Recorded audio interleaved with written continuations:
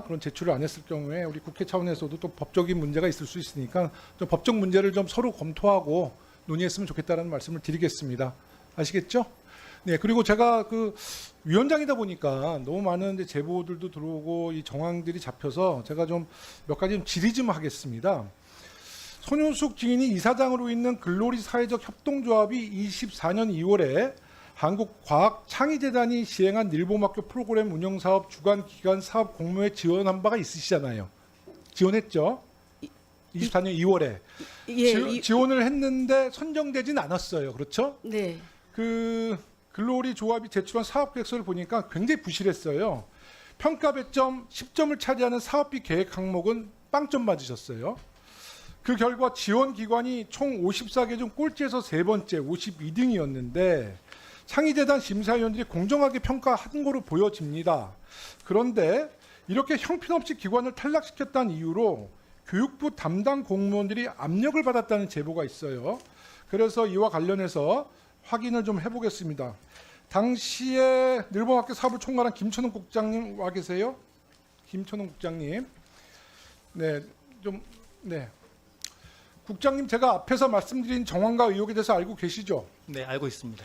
손윤숙 대표가 이사장으로 있는 글로리 사회적 협동조합의 일본학교 주관기관 사업 공모와 관련해서 심사를 앞두고 윗선으로부터 연락받은 적 있죠? 네, 있습니다. 제가 알고 지금 다 물어보는 겁니다. 네, 있습니다. 어떤 걸 부탁하던 거예요? 손윤숙 씨 잘 부탁한다라는 뭐 지시면 지시 받으셨죠? 글로리 사회적 협동조합을 챙겨달라는 요구가 있었습니다. 잘 챙겨달라. 네, 그게 일본학교 주관기관으로 선정을 하는 압력으로 느끼셨죠? 솔직히 말씀하세요. 네, 압력으로 느꼈습니다.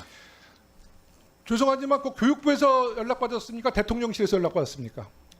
대통령실로부터 연락받았습니다. 대통령실, 교육부 공직자 출신의 대통령실, 대통령 교육비서관 신문규 전 비서관으로부터 연락받았죠. 네, 맞습니다.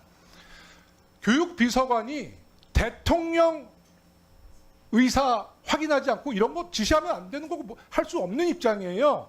그래서 아까 제가 손윤숙 대표한테 윤석열 대통령이나 그 부인 김건희 씨로부터 혹시라도 전화 통화를 받았냐 이런 말씀을 드린 건데 못 받았다는 거는 지금 계속 유지하시는 거죠. 네. 그리고 나서 글로리 조합이 심사에서 탈락한 이후에 이와 관련해서 문제 제기하는 항의 전화 또 받으셨죠.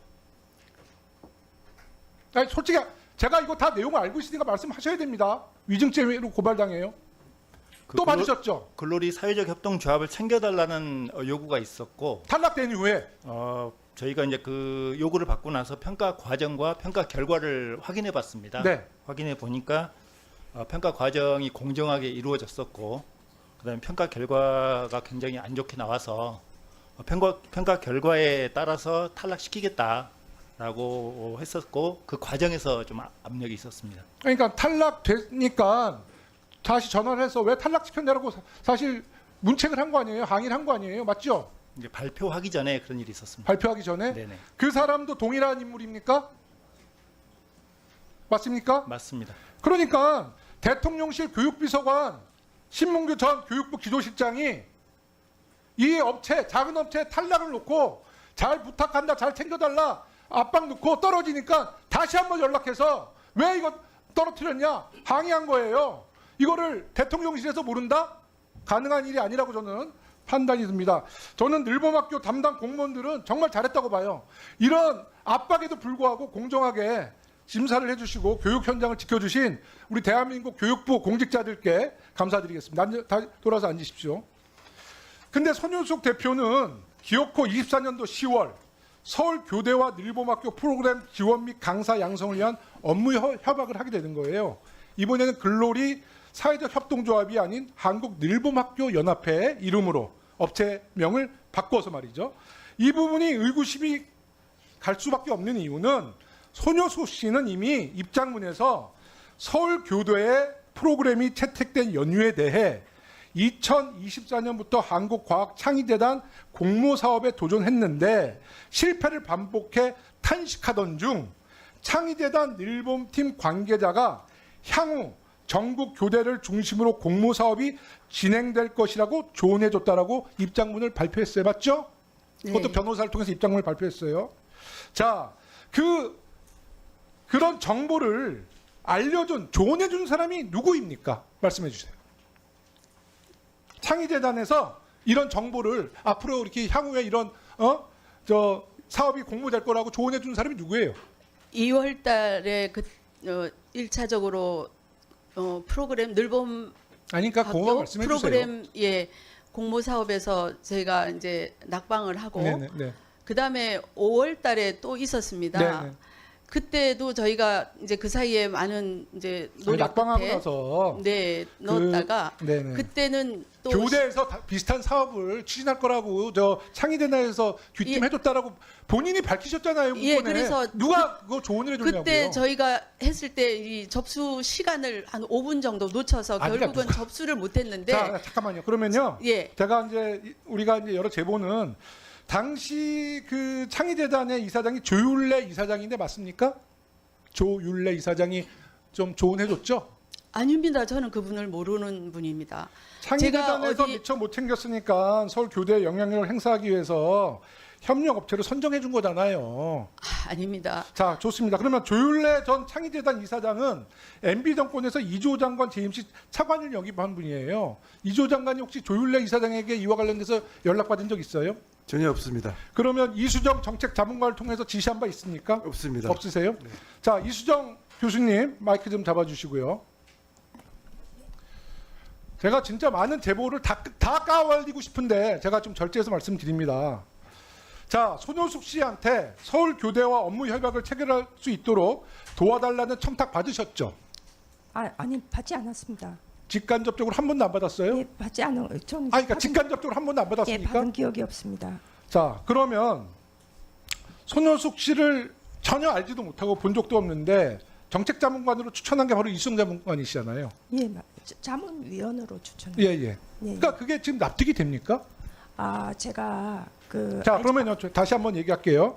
전혀 일면식도 없고 알지도 못하는 손효숙 씨인데 손효숙 씨가 대표로 있는 함께 행복 교육 봉사단은 알고 계시죠? 예, 함께 자, 행복. 그러면 알고 계시죠? 교육부 직원에게 이 함께 행복 교육 봉사단과 MOU를 체결하라는 압력을 넣습니까? 안 넣습니까? 압력을 넣지 않습니다. 그러면 네. 의사를 전했습니까? MOU 체결할 수 있도록 도와주라고 의사를 전달했습니까? 도와주라고 하지 않았습니다. 자, 앉으십시오. 김천웅 국장님 다시 나와보세요. 왜 이렇게들 거짓말을 치시지? 국회가 정말 만만하게 보이시는 것 같은데.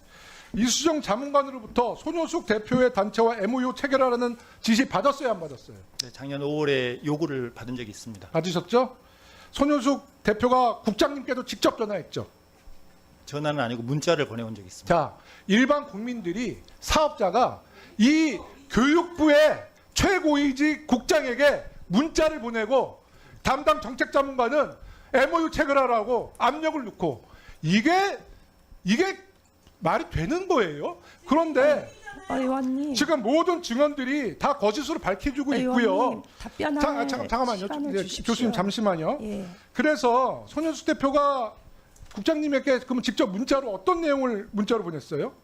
먼저 본인 소개를 하고 네. 그다음에 그 제안할 게 있다고 해서 제가 답변을 하기를 우리 담당 부서 연락처를 알려주면서 그쪽으로 연락하라고 했습니다. 아니, 국장님 전화번호는 손현숙 대표는 어떻게 알았습니까? 이수정 자문관이 알려준 걸로 생각됩니다. 자, 이렇게 명확하게 이수정 자문관과 손윤숙 대표의 관계, 대통령실의 압력, 이것을 방관했든 알았든 교육부 장관이 태도, 이것이 교육부가 대통령실이 직접 리박스쿨과 연관이 없다라고 어떤 국민들이 생각하겠어요. 앉아 계십시오. 저는 이 대한민국에 희망이 있는 거는 그래도 교육부 공직자들은 흔들리지 않았다는 이런 메시지를 국민께 말씀을 드리겠고요. 이제 다음 이 질의가 다시 처음부터 돌아갔는데 정말 여기 계신 모든 증인들, 모든 증인들 좀 솔직했으면 좋겠습니다. 저는 오늘 이 순간에도 정말 이조 장관님 정말 무책임하게 저는 이조 장관님과 소통은 잘 됐다고 생각하는데 지금 이 순간에도 어찌됐든 도의적이든 아니든 이 무리를 일으키고 이 사태가 나면 국민께 사과 한마디는 해야 돼요. 아무도 사과하지 않습니다. 모두들 정당화되는 거예요. 이 교육이 정당한 교육이라고 다들 말씀하시는 건데 국민들이 평가할 문제지만 저는 정말 이러시면 안 된다고 봐요. 그리고 잘못한 거 있으면 솔직히 고백하고 죄송하다 국민께 사과하고 다시는 이런 일이 발생하지 않도록 재발 방지를 교육부가 마련해야죠. 이걸 조직적으로 이렇게 은폐하면 됩니까? 자, 그러면 위원장님, 제가 좀 잠깐만요. 말씀드리겠습니다. 네, 교육부 장관님께서 네, 일단 네. 말씀을 주시고 네. 그래서 뭐 우리 교육부 직원에 대해서 이렇게 높게 평가해 주신 것에 대해서 먼저 감사드리고요. 저희가 뭐 이런 많은 이제 의혹에도 불구하고 우리 교육부에서 그런 뭐 특별한 특혜를 주거나 또 편향적인 그런 부분이 없었다 하는 부분은 뭐 책임자로서 제가 그 부분에 대해서는 뭐 위원장께서 강조해 주신 것에 대해서 감사드리고요. 지금 지적하신 이제 교육부 자문관이 지금 본인이 전혀 모르는 사람인데 추천을 받아서 이야기를 했다 하는 것도 저는 그 말이 사실이라고 믿습니다. 그리고 제 개인적인 경우에도 저는 뭐 이 지금 진행되는 사안에 대해서 전혀 몰랐고요. 오히려 부서에서 그렇게 불편부당하게 일처리를 했다 하는 것에 대해서 저도 자부심을 동시에 느낍니다. 다만 이제 위원장께서 지적하신 대로 이런 사태로 인해서 국민들께서 심려하는 그런 상황이 발생했기 때문에 그 부분에 대해서 뭐 책임자로서 사과하는 부분에 대해서는 국민들께 죄송하다는 말씀을 드리겠습니다. 네, 하여튼 이조 장관님께서 처음으로 이렇게 사과하셨는데 이거 정말 장관님도 이 집앞 복잡한 구도 속에서 이런 엄청난 일이 터졌는데 사실 국회 출석 안 하시고 사실 이 문제를 몰랐던 것도 장관님에게도 책임이 있어요. 다만 이제 장관님은 이제 물러나실 분이기 때문에 제가 더 이상은 말씀 안 드리겠습니다만은 정말 저는 굉장히 실망스럽습니다. 네, 알겠습니다. 네. 네, 일단 이수정 교수님이 뭐 해명하실 일이 있나 보시죠? 예. 네, 그럼 일어나서 예. 답변을 잠깐만요. 위원장님. 우리 손윤숙 대표님은 지금 아직 질문하실 분 없으니 자리에 좀 앉아서 조금 쉬시고요. 자리에 가서 앉아 예, 계세요. 아까 하신 말씀 중에 제가 한 가지 다 밝혀야 될 답변을 할 수 있는 시간 드릴게요. 예. 자리에 앉아가시고 조금 이제 분위기를 좀 이렇게 가라앉히고요. 예, 이수정 교수님 말씀해 예, 주세요. 위원장님. 제가 정확하게 말씀드리자면 저는 자문관이기 때문에 부서 관료들에게 지시할 권한이 없습니다. 그래서 지시를 한다는 것은 말이 되지가 않습니다. 저의 지시를 받을 관료의 의무가 없습니다. 저는 함께 행복 교육 봉사단이라는 그 봉사 단체에서 단장이 사실은 작고하신 고 천세영 교수님이십니다. 저의 대학 선배 교수님이시고요.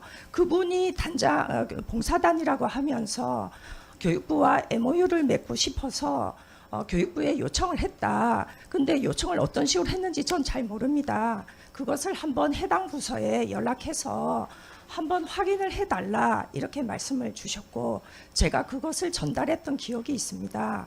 그리고 관료들께는 제가 해당 부서에 그런 민원이 들어왔으니 한번 검토해라 보시라고 말씀을 드린 적이 있습니다. 며칠 뒤에 해당 부서에서 저한테 연락을 주셨어요. MOU 맺는 것이 적절치 않다. 그래서 저도 그런 동의한다고 그러고 더 이상 언급을 하지 않았습니다. 저는 압력을 행사하거나 영향을 이수정 행사하지 교수님 않았습니다. 알겠는데요. 지금 이제 손윤숙 대표가 나름대로 뭐 소신이면 소신, 본인의 이념에 따라서 지금 여러 가지 사회 활동을 해오셨잖아요. 이수정 교수님 그 사회 활동한 내용을 다 아시잖아요. 저는 알지 그럼 못했습니다. 그러면 그렇게 많은 활동을 하면서도 그런 사정도 모르면서 일면식도 없는 분에 대해서 교육부 공직자에게 MOU를 체결해달라고 의견을 내주신 건데 얼마 전부터 오늘이 아니에요. 벌써 얼마 전부터 교육부 공직자들 사이에서는 정책자문관이 이 문제에 영향력을 행사했다는 소문은 아마 의원님도 다 들으셨을 거예요. 그런데 자문관님은 그냥 의견을 전달했다 그러지만 교육부 장관 정책자문이 3명이에요. 2명은 실제로 교육부 장관님의 측근 맞아요. 근데 본인은 측근이 아니라 그래도 우리 공직자들이 생각할 때는 3명뿐만이 있는 교육부 정책자문관이 말씀 한마디가 압력으로 느낄 수 있으니까 우리 공직자 사회에서 압력 부분이라는 얘기가 나온 겁니다. 이런 부분은 본인은 아니라고 생각해도 느끼는 사람이 공직자들이 그렇게 느낀 건데 그렇게 느낀 거예요. 그렇게 아십시오. 네. 하여튼 충분한 말씀은 제가 잘 경청했고요. 다음에 손육수 대표님 하신 말씀 주세요. 예, 창의재단에서 제가 그래서 5월 달에도 등록을 접수를 시도했다가 실패하고 해서 제가 그쪽에 늘봄팀하고 통화를 했습니다. 우리 같은 이런 신생 단체가 이 좋은 프로그램도 있고 많은 강사진들도 있고 한데 이 늘봄학교 사업에 같이 동참하고 싶은데 어떻게 하면 좋을지 모르겠다. 진입 장벽이 너무 높으니 방법을 좀 알려달라 했더니 이제부터 업체하고는 하지 않을 것이다. 향후는 교육대학, 전국에 있는 교육대학의 강사 연수라든지 프로그램 개발을 다 맡길 생각이니 가까운 지역에 있는 교육대학을 찾아가서 제안을 해봐라 해서 제가 이 늘봄 서울교대 늘봄 지원센터를 방문을 하게 됐습니다. 그런 내용이 있다는 걸 말씀을 드리겠습니다. 알겠습니다. 지금 이제 우리 국민들은 글로리 사회적 협동조합이라는 그 단체에 대해서 아무도 몰라요, 사실. 그리고 아까 말씀하신 것처럼 손익수 대표님이 저는 아무것도 아닙니다라고 말씀하지만 오늘 국민들이 이 장면을 보면 아무것도 아닌 사업에 대통령 교육비서관이 직접 전화를 해서 압력을 가하고 또 당사자인 분이 교육부 최고이직 국장한테 문자를 보내고 이게 정상적이라고 보실 수 있어요? 국민들이 볼 때? 엄청난 뒤에는 백그라운드가 있으니까 사업자가 국장한테 연락하고 교육부 장관, 정책자문관도 압력을 가하고 심지어는 대통령 교육비서관이 압력을 가하는 이것이 권력형 비리인 거죠, 사실. 안 그렇습니까? 하여튼 저는 이렇게 판단을 하고 있고요. 다음으로는 오늘 조금 늦으셨는데 김용태 의원님 발언하고 네네네. 그럼 간단히 해주세요.